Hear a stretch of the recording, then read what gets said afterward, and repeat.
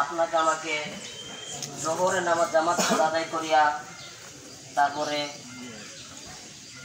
ফরজে কিফায়া জানাজা নামাজে শরীক হওয়ার তৌফিক দান করেছেন, এই জন্য সকলে শুকরিয়া আদায় করে আলহামদুলিল্লাহ। ভাই, এরকম আমাকে আপনাকেও এই দুনিয়া থেকে চলে যেতে হবে, কারণ আল্লাহ তাআলা কোরআনের মধ্যে বলছে কুল্লু নাফসিন যায়িকাতুল মাউত, প্রত্যেক প্রাণীর একদিন না একদিন মৃত্যুবরণ করতে হবে,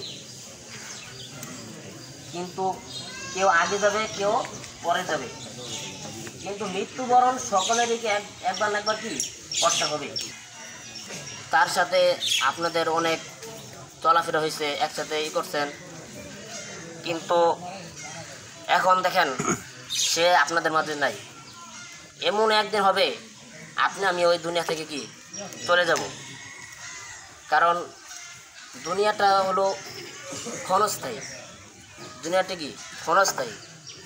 এই জায়গায় যারা এসেছে তারা কখনো কি থাকে নাই। এজন্য আজকে আমাদের এই জায়গা থেকে একটা শিক্ষণীয় যে জিনিস হলো যে